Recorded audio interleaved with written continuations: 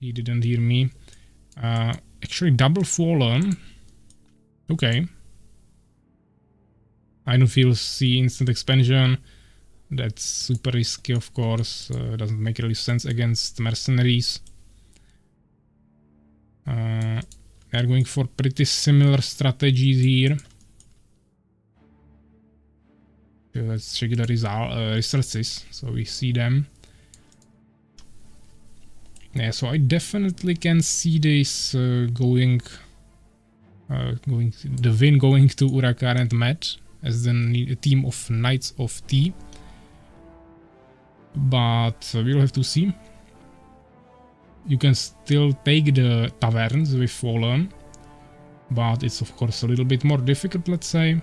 And also keep in mind that it spawned once again, same as the last time, between the teams. So they will need to fight for it. It's not that it's behind them. There are storehouses, also bugged for some reason, but okay. Yeah, so it will be something that they need to fight for a little bit, which might also influence it. This is pretty close town. I don't think you will be able to... Maybe you won't be able to run even with small units here. He just maybe wants to run through the barracks by entering them and exiting on the other side, which would be quite smart. Maybe he heard me last time saying that his town was not built the best and he could be rushed. Actually, Matt going for tower. Unfortunately, built the farm in the back, so it could be easily protecting the tower. This was not the best move, I think. We see Prawsha immediately going there with his Hive Stinger, of course, trying to scout this area. Or probably just going to scout the enemy immediately.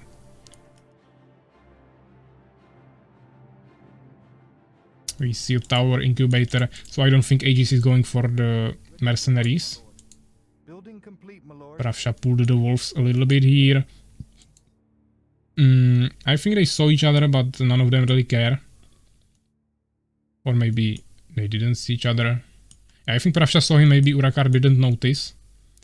We'll see how he does this action. Of course, you need to pull the wolves away with one swordsman really well.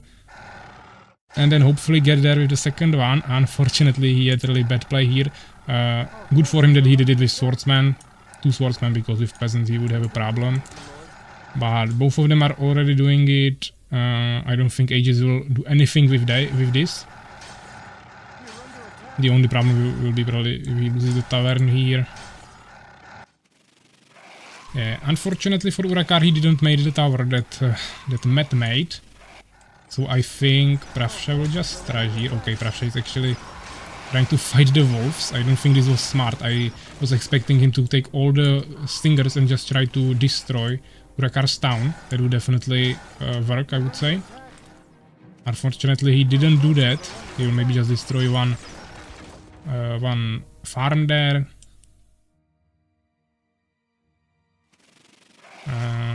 Yeah, so this farm will get destroyed, so Urakaar will need to spend a little bit more resources on population, but overall this army should be definitely enough. Aegis has a tower, some hive spitters, but not really going for anything else.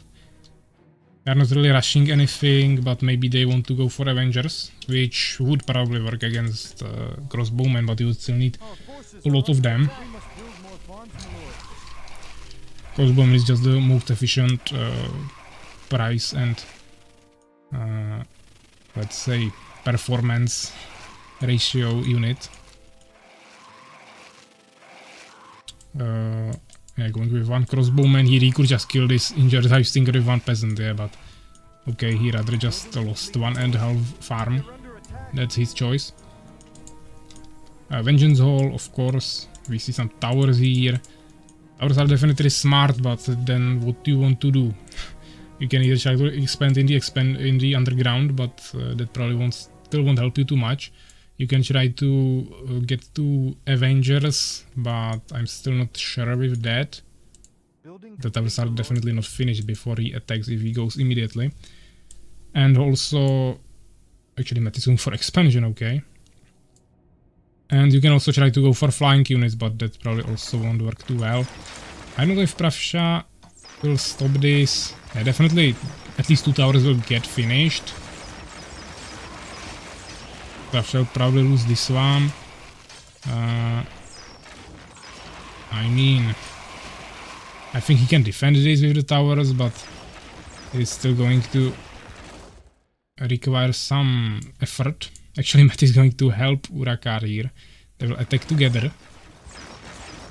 Which will definitely be enough to push this, so Aegis either need to destroy Matt immediately, but he doesn't have the mobility for that, or he will need to somehow help Prawsha, but I don't think he can do that.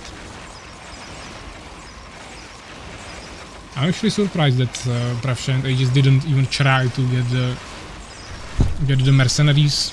Also, they just willingly picked Fallen and Random for this map. While of course you can execute it with any race, but with Empire it's the easiest to get the tavern. Yeah, seems like Aegis is a little bit confused, doesn't really know if he should go help Prawsha or just attack himself. Chamber of the Avenger, Vengeance Halls. Yeah, he wants to go for Avengers, but I don't think that will really help him. Prawsha doesn't have expansion anywhere, so that's also nothing good for him. He didn't even try to build any more towers, wanted to go for flank units probably with Valkopun. Now just slowing down the enemy. Matt is going back. I think he's afraid that he's going to get attacked, which is not the case. He's just trying to get 2 Avengers. He's already producing 2 of them. We must build more farms, my lord. So we'll see how this is going to go for him. But yeah, look at the population, it's just totally broken. The unit is cheap. Yeah, crossbowmen, they are cheap, you can make them instantly, you don't need even upgrades for them. Even though I think with Empire actually, if you... if you upgrade Elven Rangers in Blacksmith, they will actually also upgrade crossbowmen, so that's another reason why I want to play this with Empire, because you can actually upgrade them. But even if you don't upgrade them, it's super tanky unit. The most broken thing about them is the super quick attack speed. You can just attack super quickly. And you have decent damage. It's still higher than Elf Rangers. You have also more HP. Also, I think Elf Ranger maybe doesn't even have armor in default. I think they have 0. So overall, it's more tanky, you have more damage, and you have much more attack speed, which means better DPS, of course, damage per second. Or damage per minute, doesn't really matter, you just have more damage, which is really strong. It's Pierce, so definitely not strong against everything, and also more legs, hopefully it won't crash. Yeah, for example, Avengers take only 10% from Pierce, so that is why I was saying that Avengers would probably work pretty well here, and Aegis probably had the same idea. To be honest, these legs really scare me, and I'm afraid that it will just crash. Yeah, but at this point I would announce Aegis, Urakaar and Matt as Knights of the winners. Even though Aegis still has chance with the Avengers. But to be honest, they are just 2v1, and as you can see, they are just making pikemen that will deal with the Avengers. Yeah, but those legs are pretty weird. It doesn't seem like internet lags. It just seems like the game is not able to process it, but there is not much happening. It's just 3 players, 4 bases, few units, nothing too serious. Yeah, of course, you're just spamming more Avengers, which is smart, but maybe some Hive Stingers would be nice to stop the pikemen. Because even with Hive Spitters, you cannot really do anything with that. He probably wants to expand in the underground as well. The expansions in underground are protected by scarabs. So you need to kill them, that's why he's bringing the Hive Spitters with him. But to be honest, maybe if we made sooner the expansion, then it would be still kind of balanced, because he would be playing 2 bases against 2, but now also Urakaar got a warehouse, so even more things for him, more resources. But as you can see, so many pikemen, there is no way Aegis is surviving this. Of course, really narrow place, which is nice for him, but as I said, he would need to stand here with like 10 Avengers, or ideally like 20. If he had 20 Avengers, he would just one-shot it, but if he had like 8, let's say, and he had some Hive Stingers here, He would probably still die to crossbowmen really quickly, but he could potentially just one-shot the pikemen before they get through the hive stingers. And then of course the crossbowmen wouldn't be able to kill the Avengers anymore. But it doesn't really change the fact. Actually he wanted to expand here, that's not even protected. I think. He wanted to... yeah, he wouldn't even last after that because they are just pumping new units all the time, so there is no chance for them. Or I mean, as you can see, he will maybe kill the pikeman anyways. As you can see, the Avengers are running super quickly to them. He needs to micromanage this better. Now he will lose an Avenger for no reason. But if he killed them and they were not sending new ones, he would definitely be able to do something here. As you can see, Matt is not really multitasking. Now he started creating some pikemen, but it really took him a long time. He had like 1000 gold already. But of course, Urakaar is also sending a ton of pikemen there. It will be definitely enough, but as you can see, the Avengers are just not dying to this. So if we have a ton of Avengers against crossbowmen, it's definitely enough. If he doesn't have, if the enemy doesn't have any pikemen.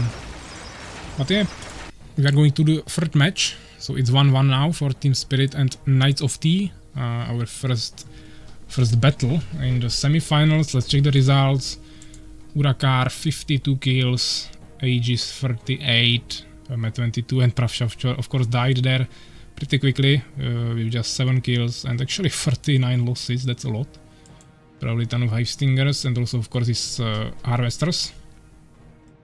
But Aegis also lost his harvesters. Buildings nothing too interesting, and resources. I mean, Aegis went for expansion, but probably didn't even finish it, so overall he of course had less resources because his base got destroyed a few minutes before the end.